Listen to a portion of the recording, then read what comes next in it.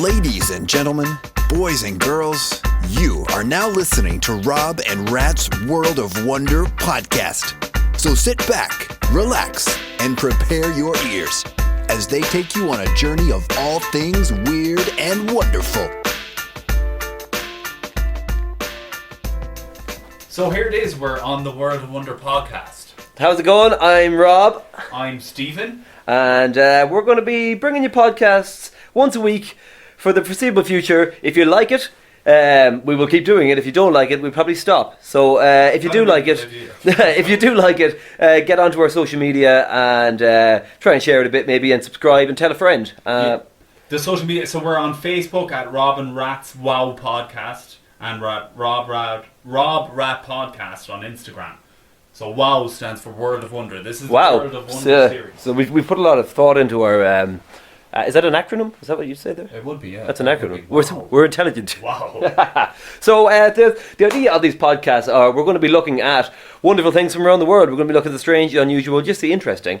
And we're going to try and educate you and ourselves along the way. Yeah, just so you can learn something, and we're just trying to find out a bit. Yeah, so if you enjoy them, send us an email, send us a WhatsApp, or not a WhatsApp. But come to our house. Yeah, but get in contact and let us know if there's any topics you'd like us to cover. For people who are not realising where these guys are from, our beautiful accents, we are from the west of Ireland. We're from Mayo. Mayo. Yeah, so big hello to all of our friends in China listening in. Hello. Konnichiwa. That is Japanese. Yeah. Okay, so episode 1. Okay, this is episode 1. Here we go. This week we are talking about, he's an urban legend, a myth, but a lot of people put a lot of effort into looking into it, and it's Bigfoot. Bigfoot. The man himself. The old Yeti. The myth. Yeah, but look, it's interesting. So, Robert, you know I've been looking into Bigfoot over the last couple of weeks, and Stephen, you know I don't know anything about Bigfoot. I do know that. Yeah, that's okay. I'm here to learn along with the listeners. Exactly. But right, the thing about Bigfoot is, for thousands of years, or thousands of people claim to have seen him. There's been every year there's hundreds of sightings, mostly in America. The most common place is the Pacific Northwest, and if you don't know where that is, that's around kind of California, Oregon, Washington, because there's thousands of square miles of forest there.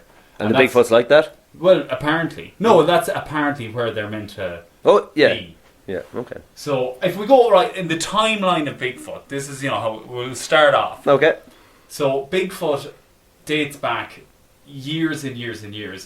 There's an explorer in America, but Leif Erikson was his name. Leif Erikson. He was an explorer. Leaf. Leif, yes. That was his first name. The man who's exploring the forest is called Leif. Yeah, I know. Okay, carry on. I like it already. That was a huge name back then. It was Leif. like John. It was very common. He's part of the family tree. Yeah. There was Leifs everywhere. They branched out. Yeah. Oh, Jesus. We're not going to do this. Okay. Like, the jokes will get woody. Oh, Jesus. Yeah. Alright, so Leif Erikson was an explorer, right? And his men wrote about big hairy creatures that walked on 2 feet and had black eyes. There was another guy, if we go to 1840, there was an E. Walker, and he was a missionary, and he worked with the Spokane Indians. They're a Native American tribe.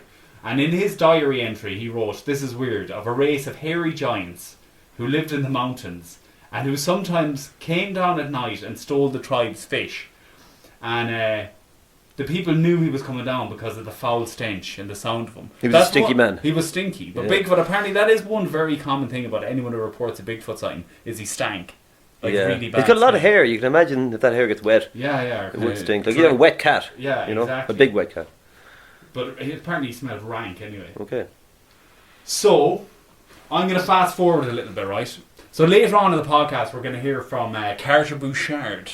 So Carter is an investigator for BFRO, is the Bigfoot Field of Researchers Organization. It was founded in 1995. Okay. And these are all you've got scientists, and you've got all them, they investigate Bigfoot, and they have since then. They're really interested in it. Basically, Carter is one of the investigators for them, and he goes and talks to people who've had encounters and kind of tries to tell get the feel if they're telling a lie or telling the truth or whatever.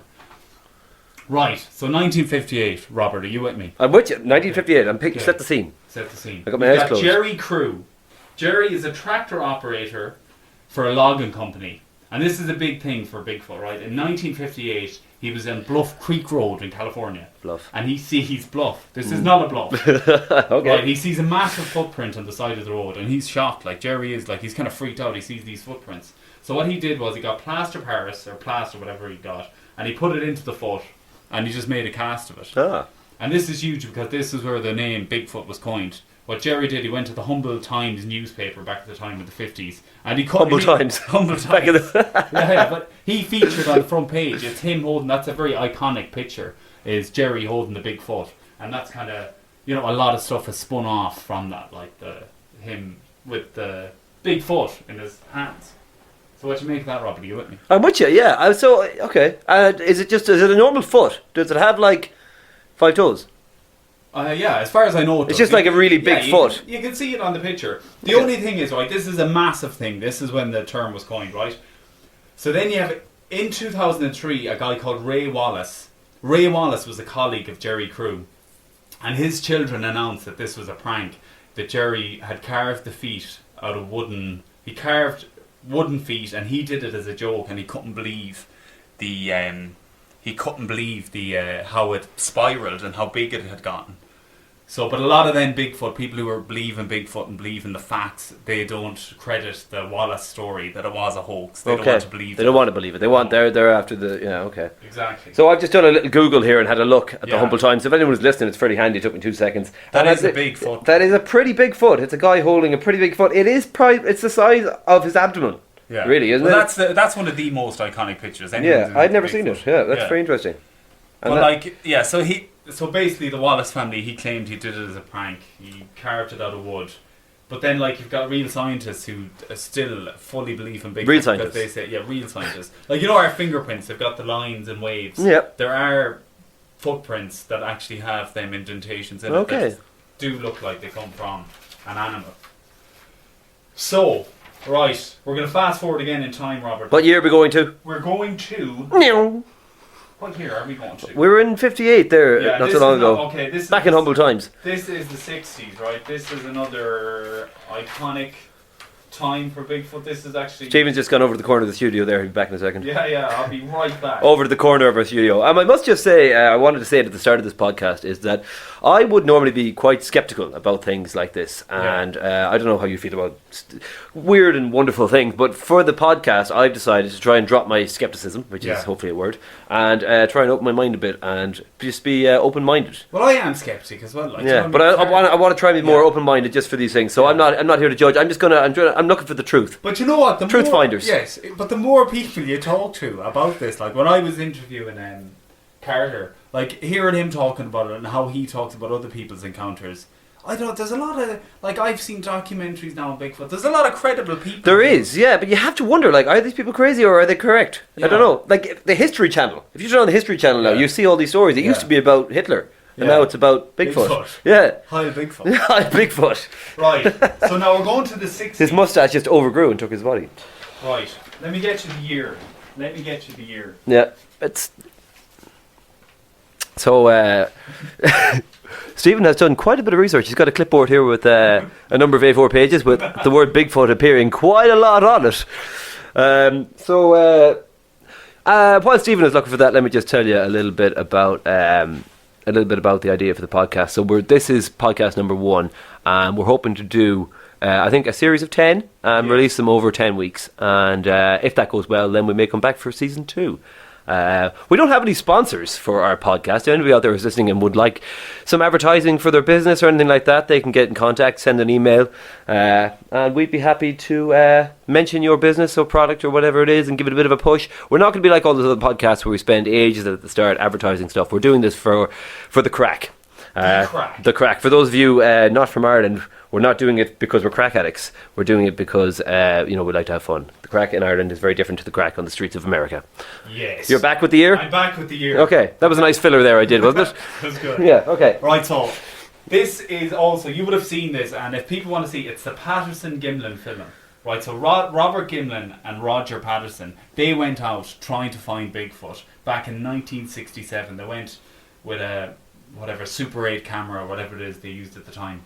And if people want to see this footage, right, you can go to our Facebook page or our Instagram page. We're going to post most of the things we talk about. We will post. We will post, but you'll see it. It'll be one of the first videos on our page. You can see this clip of Bigfoot. So basically, while Patterson and Gimlin were out looking for Bigfoot, apparently, you can see in the footage, they're out in the wilderness, and the horse gets frightened, and the horse rears. And whoever's holding the camera falls back. And as they're getting up, it's quite shaky footage. Yeah. You can see a Bigfoot. And this is the most iconic video of Bigfoot because he's walking into the woods and he actually turns and looks at the camera. The film has been, superimposed. All this stuff has been done. People claim, oh my God, that's definitely a guy in a suit. It's, whatever. But, it's the most iconic footage of Bigfoot. Okay, I don't think I've ever seen it. Yeah, you will if you go onto our Facebook. Well, there you go. But I will. I'll have to look this up. Maybe I should have done this beforehand. But the idea is also that I wouldn't have done any research for this, and you're going to educate me. So that's not. But so I was thinking, how about we have a little listen to the interview now? We can go to my interview with BIFRO investigator Carter Bouchard, and we can hear Carter's story. Remind us again, what does BIFRO stand for? BIFRO is the Bigfoot Field of Researchers Organisation. They also had a series on Sky on Animal Planet. Finding Bigfoot. Carter has appeared on that show. But look, it's interesting. We can listen to Carter's experiences in the cases he's worked on. Cool. We'll go to the interview and we'll be back after that. Okay, so I'm here now with Carter Bouchard, who we're happy to have on the World of Wonder podcast. He is the man to talk to about all things Bigfoot. So hi, Carter. Hi there, Stephen. Hi. So Carter, you've done some investigations for the BIFRO. And you've had your own experiences when it comes to Bigfoot. Can you say, can I ask you, how many cases have you worked on? Well, I've worked on probably over 100. I've talked to a lot of witnesses. And you investigate people who have had Bigfoot sightings, and you go and talk to them and find out about their credibility and stuff. Yep. I'd say by far 90% of the people I've talked to are honest. And they're just telling what happened, believe it or not. Genuine people. I suppose before we get into some of your cases you worked on, like specific cases, can you tell us about your own experience? You said you've come across Bigfoot yourself. Yeah, I've had 3 sightings now that were all at night on my thermal camera. Were you present when was it recorded? Yeah, I was holding the cameras, and actually I happened to not be recording 2 of the times because I had been recording up to a certain period. I said, I'm going to take a break and turn the record button off, save some battery, and of course, Murphy's Law, that guy Murphy, lo and behold, there's a squatch. But the sightings were 3 to 5 seconds, but absolute, positive. Unless there's a naked 10-foot, 8-foot, 9-foot giant of some type running around the woods 1 o'clock in the morning, that's what I saw. Yeah. Was it far away from you? The one was probably less than 100 feet. And my partner and myself and another person who was with us, we were sitting in a triangular formation on a sandbar in the middle of a river. And we were just sitting there in the dark, and I think it walked up on us. It had no idea we were there, and that's why it was so close, because I looked to the left, I heard something, and the person who was with us, she was sitting right in my line of sight. I just looked over, but I saw this huge glow over her head. I'm going, Cynthia, don't move. What do you mean, don't move? And I started to stand up, and when I got my camera up to my eye, it had turned around and walked back into the woods. It was 1, 2, 3, boom, it was over. Yeah. It didn't run. It walked. It was not even remotely, and it was massive. It was huge. It was bulky. It was probably only 6 or 7 feet tall as they go, but it was really huge. It was a bodybuilder on steroids. It was so when you came and when you saw that, like, What was your reaction to it? Were you excited or were you scared or what? What goes through your mind? Well, that was my third sighting, so by then, I'm expecting to see something.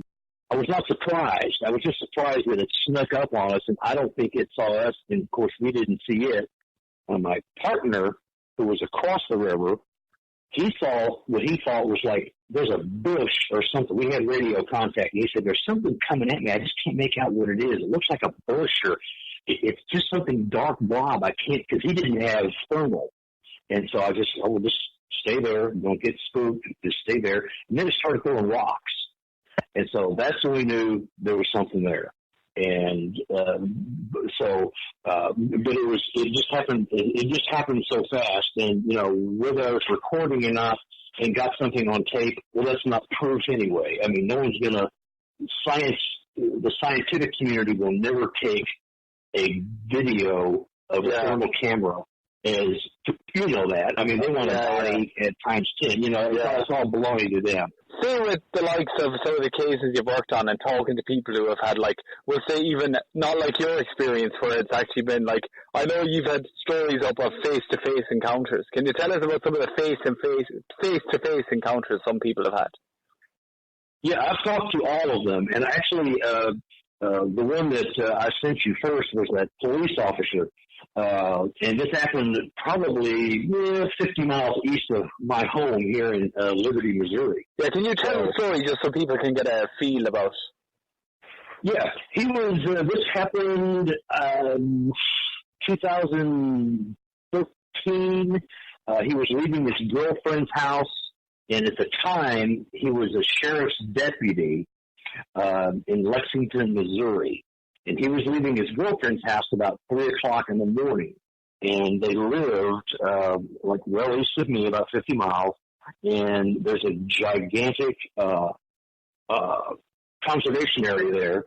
And there was a giant apple orchard there at the time and a cattle ranch across the street. Well, he was leaving about 3 o'clock in the morning, got in his car, was just driving home, and he saw a whitish, grayish something down on all fours on the road, probably 25, 30 yards away from him.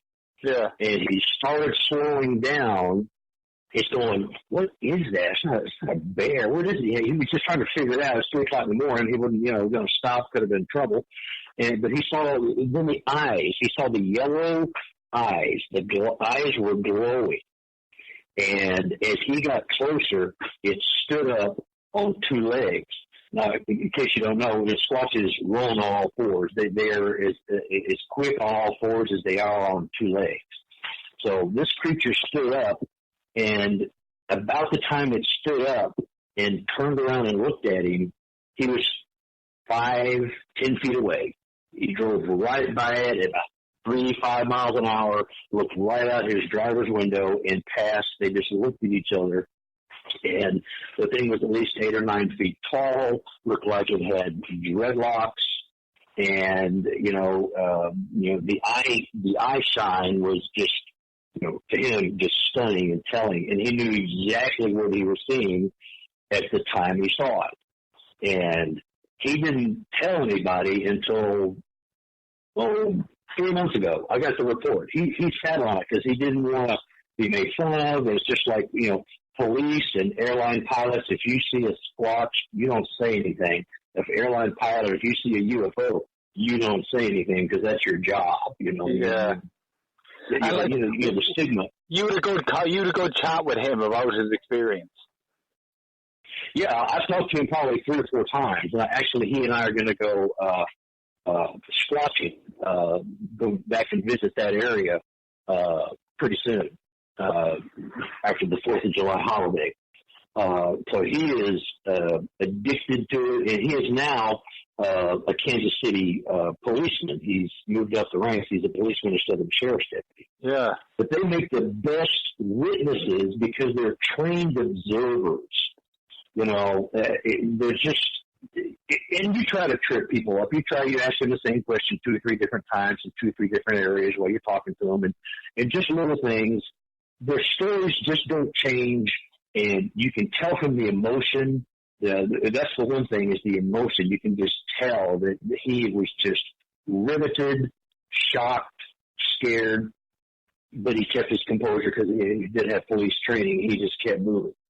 And no, it's really interesting. I don't know. I like people kind of assume that people who see Bigfoot, that people kind of are under the assumption that it's all kind of crack jobs that are nut jobs, and they claim to, I saw this big, but it's not all crazy people who claim to see Bigfoot. There's some genuine, intelligent people who are, who claim to see Bigfoot, and their, stories are serious. And yeah, no, I've had pastors, mayors, zoologists, biologists, people that are trained to know what's out there. And when they see it, there's no doubt, because they're trained. They said, I don't want anything from you. You don't have to use I don't want you to use my name. I don't want you to use my address or my location, my property. I'm just telling you what happened. Yeah, they just want to stay anonymous. Yeah, and they have nothing to gain. And that is a tell right there that I don't want anything. I just want to share this. And my whole goal in BFRO is to get as much information into the database, because science totally ignores us. And do you find that a lot of the witnesses and a lot of people who see, do you find a lot of things connect and match up? And yeah. And they don't know. You can read a bunch of reports. You can go into BFRO and read 20 reports, and you could call the next day and say, I just saw Bigfoot, this is what happened, and blah, blah, blah, blah, blah. Well, but people just don't do that, because we have ways of finding out if you're BSing us or not. And it's just, they're honest, sincere people, and they come up with the same things. The eyes, it's, either red eye glow or yellow eye glow, or they were staining, or they were running on all fours, and they smelled like sewage and death combined, and all the things that are just telltale signs. And yeah, you can read about that and come up with a great story, but it's in the interviewing and talking to them like people. I'm sympathetic. I believe you. I know you've had a horribly upsetting event, and just tell me what happened. I'm not here to doubt you. I believe you. And I've told a few people, listen, this is getting a little weird. Your story's not matching up here. I think we're going to maybe continue another day, and I just don't get back with it, because, there are people that are, BS again. Have you had anyone who has been, literally frightened out of their wits? About 2 miles up the road, I had a hunter. He was in a deer stand about 20 feet up. And long story short, a squatch walked by, was sniffing the air like he knew he was there. He was bow hunting. Yeah. This creature stopped, turned around, looked right at him, looked up at him, and kind of did like a grunt. Yeah. Turned around and kept walking like, I'm not afraid of you, and I know you're afraid of me. He will never, ever go back to that spot. He was mortified. This thing looked right at me, right through me, and he was on private property. He had permission to be there, and so nobody hunts on that property except him and the owner. And he didn't tell the owner because he didn't want to spook the owner. Then he comes to find out that the owner, he's known him for several years, the owner started carrying a pistol on him. And he wouldn't say why. He thinks the owner has had the same experience with perhaps the same creature. But this creature looked at him, and he had his bow, and he could have shot at it, but at the same time, he said it was too human. I couldn't do it. And it was looking right at me, and I was like paralyzed. It was like it was daring me to shoot him, and he wasn't afraid, and he just turned around and walked away. And he will never, ever go back to that spot. And I can't get him to take me because the owner won't let us on the property. Won't let a stranger. He won't let me on the property. He doesn't want to attract attention. I've got several witnesses like that have been changed forever. I told you about my guy last night that I'm still interviewing. I haven't published it or sent it for publishing. He will not even speak about it verbally. He will email back and forth. Simply talking about it rattles him to the core, and he just can't do it. So he'll talk to me through his life or through emails, and we go back and forth. It's really bizarre. People that have had some of these people are changed forever. They just are. When you see something that cannot and does not exist, and the only reason they cannot or do not is because science says so. Yeah. So you're brainwashed, and then you see this thing. It's either, and why would a grown man, 50, 60 years old, macho hunter, scared of nothing, talk to me and be afraid to talk and just crumble into almost tears because he can't relive it? If, you can just tell when you talk to somebody like that they're not BSing you. There's not a false statement in their body. Yeah. And that's the kind of stuff that I thrive on that. I wish for the day that I was standing 2 feet from a squat and it's looking right at me. I'm telling you, if it was me, I'd be gone. I wouldn't be standing around for too long. No, I was going to say it's just a pity. In the age now that we're in, where everyone has a smartphone, everyone has. It's a pity we haven't got a good, decent picture or good video evidence. You know what I mean? And that's very frustrating. And I've got a few pictures that I can't share because I've been said I can't. They're pretty good. One of them, when you look at it, and it's here in Missouri, you look at it and you go, chimpanzee. I mean, that's all it is. You look at it and you go, that's a chimpanzee. It's from the back. It's running on all fours down a hill. I've been to the site where the photo was taken. The guy gave me the picture. But science, even seeing that, is going to go, well, that could be anywhere. Although the time date stamp is on there, the GPS data is on the photo, so you know exactly when and where the photo was taken. You can't fake that. I mean, I guess you could if you wanted to. But there's some good stuff out there. The Patterson-Gimlin film that is proven not to be a hoax, and there are a few others that are out there that are. That's the kind of iconic video of Bigfoot walking and he turns and faces the camera. Yeah. I mean, there's a guy called Paul Freeman. He used to work for the Washington State Conservation Department. He's got a couple of videos that people are kind of 50-50 on. So there's some stuff out there that science has been denying they exist for hundreds of years. They go back 10,000 years or more in Native American Indian lore as having a symbiotic relationship with the Native Americans or the Indian. Yeah, I know there's some stories of Native American tribes that actually have reports of seeing a Bigfoot. There's evidence of them reporting it. Yeah, they're on the walls. They've written them on cave walls. I mean, they found drawings, and stories and on pottery and just things handed down.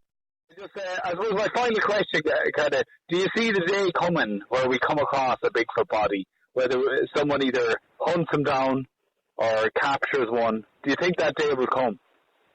Yes, I think it's already come. I think somebody's sitting on it. I've talked to somebody who I can't remember. If that was me, I wouldn't be sitting on it. I'd have it on display. I'd be charging people to come and see them. Yeah.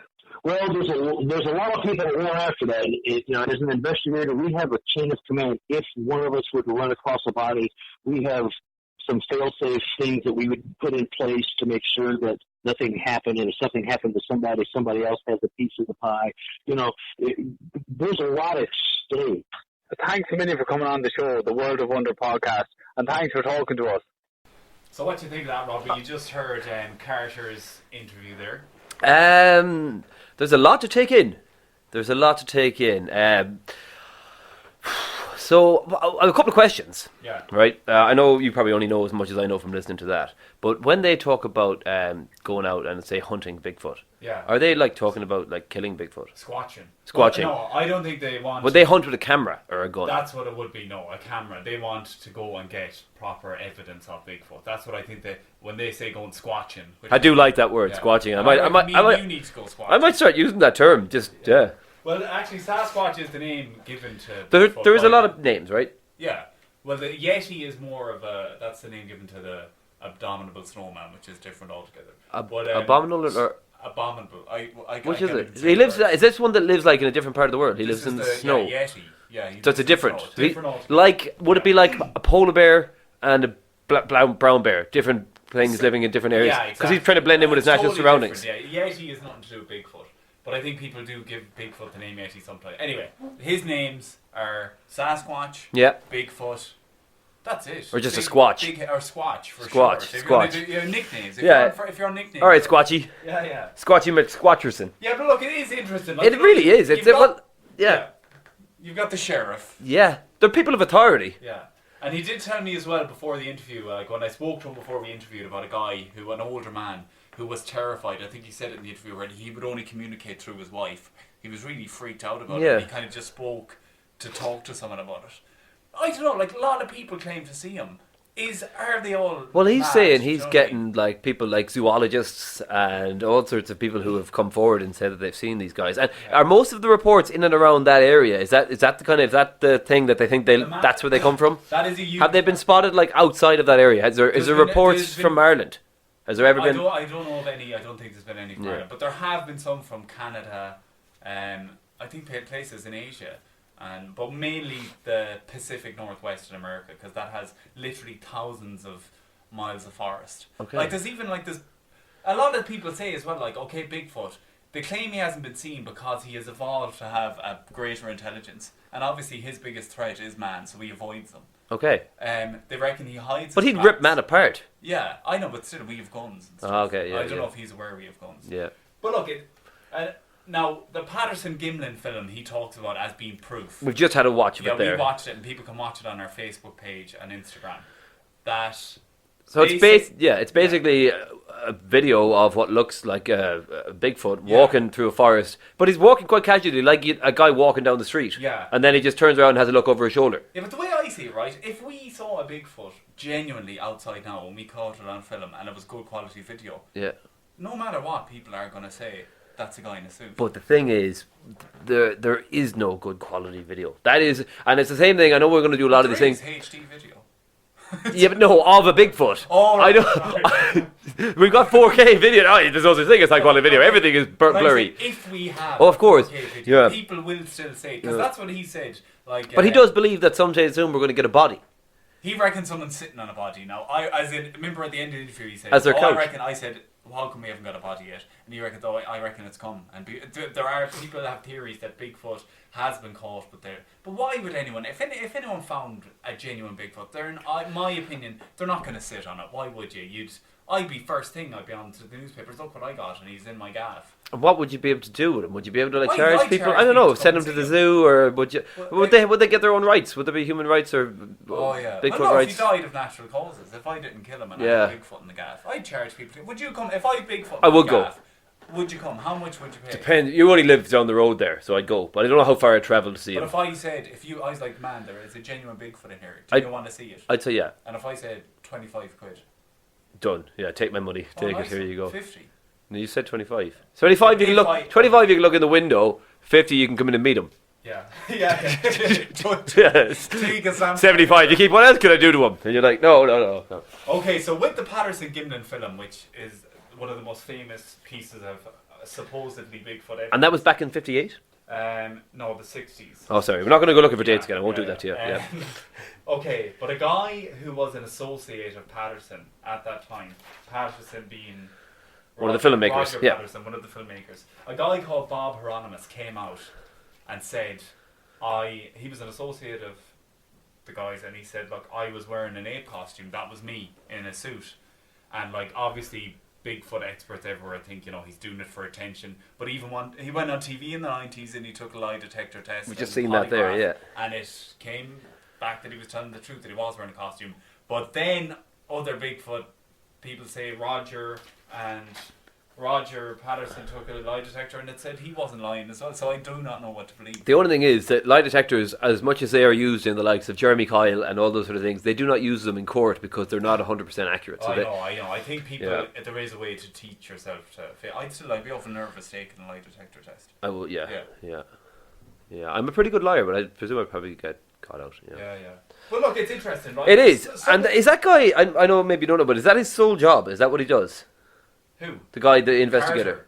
No, Carter, he's a bit of a... He does a few things. He's a stand-up comedian. Okay. He's a realtor. He sells houses. And that's kind of his passion and his hobby. Oh, okay. Bigfoot. But he investigates as much as he can, and he's a squatcher. He goes squatching on the side. Okay. Another thing I've kind of thought about when it comes to Bigfoot and people who like Bigfoot, like say if me and you were into squatching, which is about finding Bigfoot, if every couple of weekends and we free time, we're like, come on, we'll go squatching, and we got camp food, we got a few... Yeah, it'd be a bit of fun. It'd be a bit of crack. So then if things come out to disprove Bigfoot, it kind of...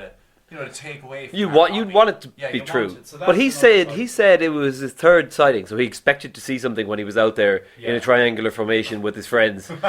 So like he expected to see something, and he did see something. But it's just the whole thing. It's every time. It's just never clear, and it's never. His camera wasn't recording. Yeah, I know it's unfortunate that he just happened to have stopped recording when it happened, and that is quite unfortunate. But I don't know. There always seems to be a lack of evidence. Yeah. Well, one thing people always say is like there are new species discovered all the time. That is very There true. are species like the size of pigs and things like that. There are people Different living in the types of- Amazon that have never had human contact. We've never seen them, never met them. Exactly. There's people on, Yeah. of course.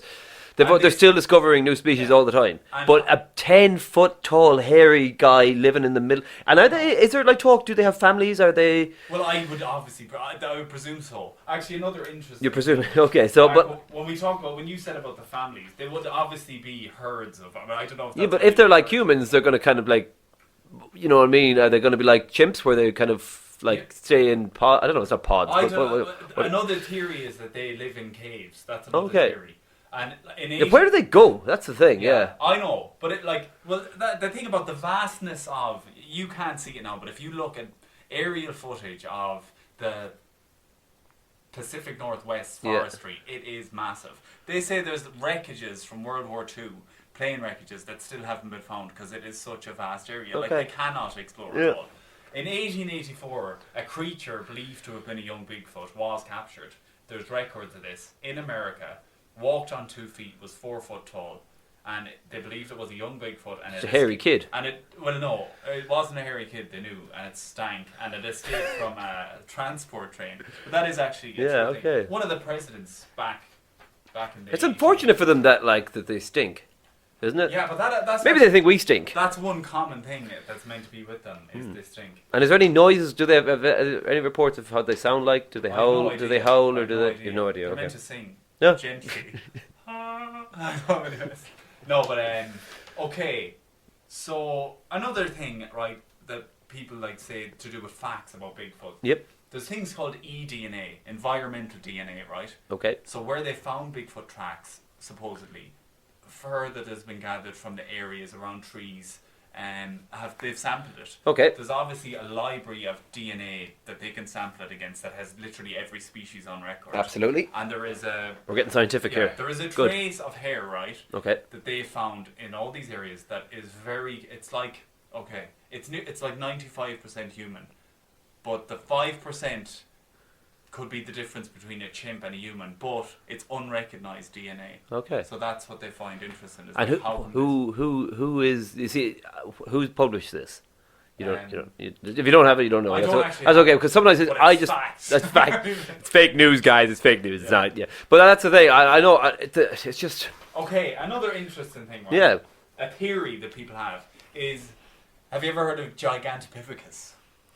I heard. Yeah, okay, that's like a species of like early man or a branch off of. No. Well, what a Gigantopithecus was a giant ape, which was like 3 meters tall, twice the size of a normal ape. Okay. There's been bone found. This was a creature Yeah. that lived on Earth about 100,000 years ago. 100,000 years ago. No, sorry, I meant to say 10. I said it was 100,000 years Okay. ago. Gigantopithecus lived on Earth. He was a giant ape. Can I just stop you for a second? Yes. Good on you pronouncing that. Gigantopithecus. Yeah, it's pretty I good. said it a good Have few you? times. Gigantopithecus. Gigantopithecus. Oh, there we go. Basically, right, the skull of a Gigantopithecus, they estimate, no, they don't estimate, they know it's like 3 to 4 times bigger than a normal ape. Do they have this in a museum somewhere? Oh no, they have it. Like, okay, I can't exactly say, it was a paleontologist in China that was in like a Chinese medicine shop. Okay. years and years ago. I can't give you the exact years. That's okay. They found a tooth. He Okay. found a tooth in the shop, and he knew that it was not from a strange tooth. Yep. Then they found the jawbone, and through science and how it advanced, they know it's from a prehistoric ape. Very good. Okay. Cool. So there are some theories that Gigantopithecus isn't extinct. Okay. That they reckon he has evolved. Yep. The ape has evolved to walk on two legs like we have. Yep. Has grown intelligence, and back 100,000 years ago, has migrated from Asia over to North America, Yep. and that is where it's living. It's a more intelligent ape. Like, I don't know. And it probably kept its hair because it lives outside. Yeah. Yeah. Yeah. Exactly. But I don't know how I feel about Bigfoot. If you want, we've got another interview we could listen to. Absolutely. Yeah. Okay, so here I was talking to Michael. Michael is in his 70s. You'll hear it in the interview. He owns a Bigfoot museum in California. And we just had a chat about Michael had an experience with Bigfoot when he was younger. So we'll have a listen to that now. Perfect. Hi, my name is Michael Rugg. I'm 73 years old, and I live in Central California and operate a Bigfoot museum here. Okay, Michael, thanks a million for coming on the show and agreeing to talk to us. So, Michael, can you tell me you've had your own personal encounter with a Bigfoot or a Sasquatch? Could you tell us a bit about your encounter that you've had? Yes. Well, it took place when I was about 4 years old. So I went with my parents camping. My dad was a fisherman. My mom was a driftwood collector. And that was a big fad around here back in the 50s. So he once had a sawmill 300 miles north of here, but the mill burnt down in the late 30s. So the family moved to the East Bay where I was born. I was the youngest in a family of 5. But my 2 older brothers were like 10, 12 years older than me. And so they didn't really relish going camping with the parents when they reached their teenagers. So I was the only one that went along for the family outings at that point. So anyway, it was my mother, myself, and my dad. And we were camping in a tent next to the Eel River, which is a very nice area with lots of redwood trees and this sort of thing. And the river was a pretty good-sized river. It's in Northern California. So it was 5:30 in the morning when my dad woke us up, and he was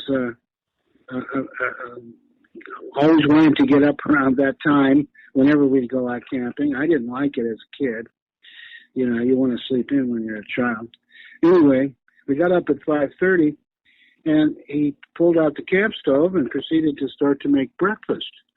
But breakfast was going to be some trout that he caught the night before. And I'll tell you what, he cooked them without cutting the heads off. And at 4 years old, I really didn't appreciate eating dead fish for breakfast. Yeah. So looking at those fish discouraged me. So I decided to boycott breakfast. So I took off down the trail, and I didn't tell my parents I was leaving. But I followed the trail along the river's edge. And I don't know how far I went, 600-700 yards, maybe more. Anyway, I couldn't see my parents anymore. I was quite a ways from them. How old were you And at this stage, Mike? Well, I was 4 years old. Okay. So, yeah, I was in the middle of my fourth year. And so I, walking down the trail edge, and I saw a sandbar sticking out into the river. And I thought, well, that's a better vantage point, so let me get out on this sandbar. I pushed my way through the tall reeds growing next to the shore, and stepped out and got in the middle of the sandbar, and then I could see downriver and across the river and upriver much better from that vantage point. And the river went right past, where we were, and there was just forest behind it. So as I'm looking around, I glanced back at the forest that I had just stepped out of to get onto that sandbar. And there's this gigantic hairy person standing there looking at me. And this dude was really tall. I remember thinking that if I piled my mom and dad were to stack up on each other, standing up, they wouldn't be that tall.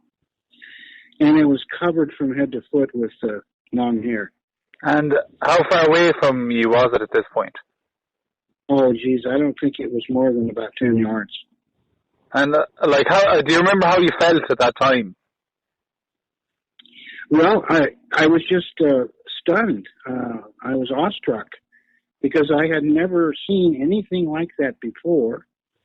I had no frame of reference for it. There was no name I could apply to it.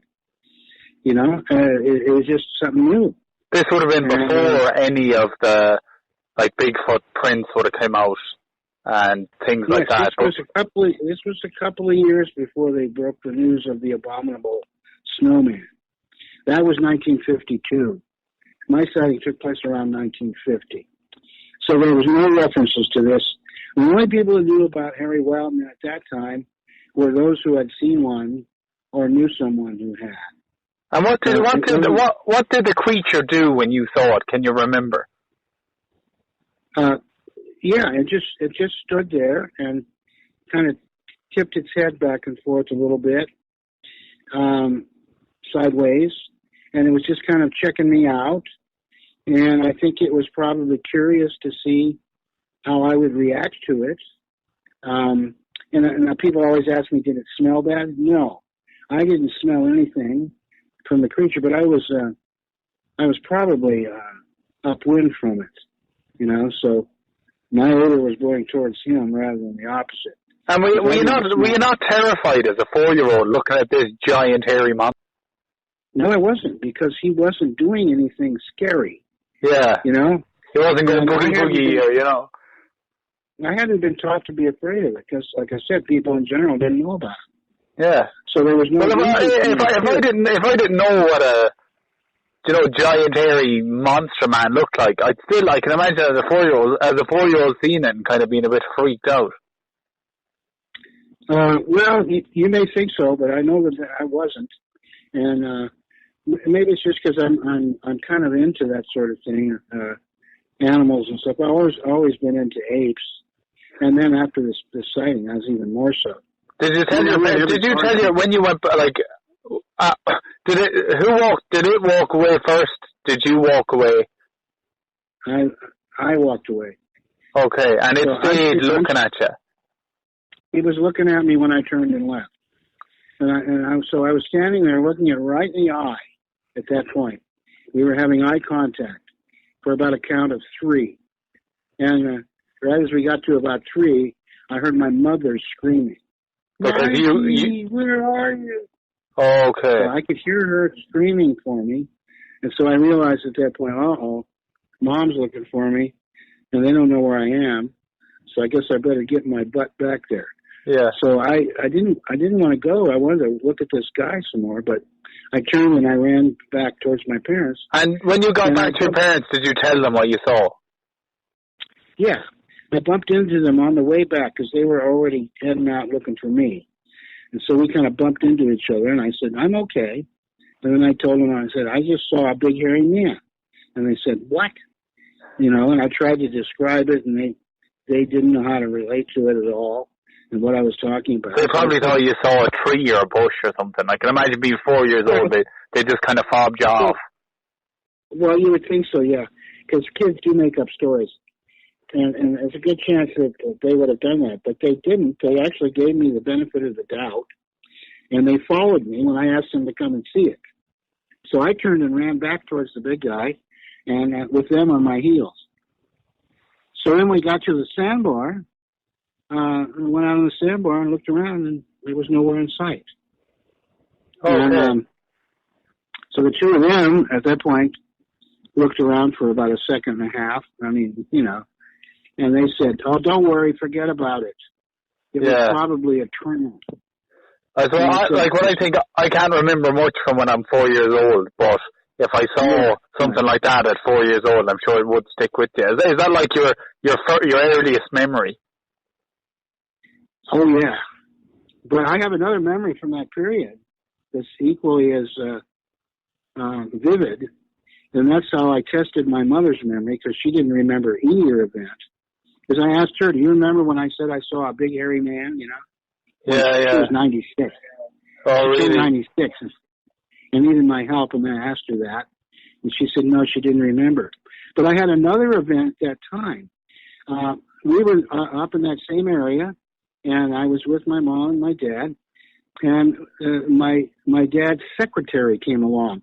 He was running a lumber yard, and he had a secretary who was my mother's best friend. And a lot of the time she would come with us so that she could hunt driftwood with my mom. So this was on another occasion, and we were sitting there in a little hamburger stand where they raise their own cattle, and eating fresh hamburgers and looking down at the river. And the two women said, "Boy, we'd sure like to get in that river and get some driftwood, but we forgot to bring any gear. We don't have any bathing suits." And so, it was an off time of year. There weren't a lot of tourists around anyway. So they decided, well, hell, we'll just go in our underwear. What's it going to hurt? There's nobody here to watch us. So they stripped down to their underwear, and then, of course, my dad went to do his thing, to do his fishing and see if any of his cronies were around. And so we're walking along the river, the three of us, and all of a sudden this Navy helicopter comes flying over. And when the helicopter saw the two broads in their underwear, it came down real low, and it was hovering over the river, and the guys inside were waving, and my mom and her friend waved back, and it was all this big deal because they were in their underwear. Yeah. And so I remember that very vividly because of that helicopter. Yeah. And so I asked my mother, "Do you remember when the helicopter came down?" And she said, "No." So, but she established one thing for me. She said that, as I asked her, I said, "When was the last time that we went as a family up to the Eel River?" And she said, "Oh, that's easy, because your dad gave me some keys and said we now have a cabin in Felton, and we have a creek right there, and we don't have to go up to Humboldt anymore to do our fishing and driftwood hunting." And she said that was in 1952. So my event happened prior to 1952. Okay. And that would have put me at around age 4 or so. And like, And so it's Michael, understandable. say now when years later, when you've seen, I suppose, newspaper articles and different things, like footage of Bigfoot or pictures up online or stories that you heard, did you automatically think years later, "Oh my God, that must have been the thing I saw when I was 4 years old"? Well, no. What happened was my parents telling me that was just a tramp, no big deal. That pushed it into the back of my head as okay, a tramp is a person 10 feet tall that doesn't wear much clothes. But what I didn't mention was the Bigfoot I saw had what looked like a plaid shirt clinging to one arm. I think what he did was he took a shirt off a clothesline that was drying, and he tried to put it on, and he could only get it on up to his armpit, and so he left it hanging there. This Bigfoot had a shirt on. This one had a shirt on his arm. Okay, that's unusual. It reminded me of the Hulk after he's hulked out. Yeah. His clothes hanging off. But anyway, so many years later, first I should mention it was in 1952 when they published pictures of the footprints on Mount Everest, and they called it the Abominable Snowman. Yeah. So I was immediately interested in that, but I did not make a connection with that and my sighting, because the Abominable Snowman is always depicted as a white ape. Yeah. Right? And what I saw was not an ape. Yeah. It wasn't white. It was a man, and it was just huge, and it was hairy. But when I read an account in one of the books that I've collected, one of the first books on Bigfoot, where there's a bunch of accounts from eyewitnesses, there was a woman who said she saw a Bigfoot on the Eel River near Eureka in 1950, and that Bigfoot had some clothing. Really? And then that's what triggered my flashback memory of my sighting. Because you remembered the shirt on the arm. Yes. Yeah. That's mad. So right then I said, "Oh my God, no wonder I'm so obsessed with this." I saw one. Yeah. So And then I tried to do a... Sorry, no, go Go on. ahead. Well, I tried to do a reconstruction of my family history, and I didn't do a good job because I thought it was in 1956 when this happened. And that would have made me 10 years old, and I don't see how I could forget a Bigfoot at age 10. Yeah. So then when I asked my mother and we established that it was prior to 52, well, that made more sense that I could forget it Yeah. because I was much younger. And is that, like, you now own a Bigfoot museum, Michael? Yes. Oh, yeah. Well, I did some research into Bigfoot with clothing, and I found 5 or 6 other mentions. And were they all in the same location in that time? Well, I don't remember all the details on that. Yeah. But I do know that there was at least a half a dozen other reports of Bigfoot with clothing. More often than not, I think at least 2 of them, they were ponchos. Now, poncho is just a blanket with a hole in it. Oh, right. You just stick your head through. Yeah, I know the poncho is. Oh, that's very interesting, Michael. Look, thanks for talking to us. So you own a Bigfoot museum in California? Yes. Yeah. Yes, indeed. Oh, that's very interesting. Look, and Michael, I appreciate you coming on the show. So that was Michael's interview. Yeah, that was, once again, quite a lot to take in. One of the things I suppose that sticks out for me straight away is him being able to recall such clarity of his memories when he was 4, which is amazing. Yeah. Because I find it difficult to remember. I do have early memories being in the pram and stuff. But and I can imagine if you saw something. If you saw something that much, yeah. I have to say, just a little thing. The fact that his parents out camping, if I was out camping with my 4-year-old, I would keep my eye on them. Yeah. For the fact that he wandered off into the woods, you know, shame parents. Shame on the parents, yeah. But I suppose different times back then. Yeah, I suppose. Although they did say that it was probably just a tramp, a tall tramp. They said it was a and tramp. hanging around in the forest. I did think, I found it quite funny that he reckoned the Bigfoot tried to put on a shirt.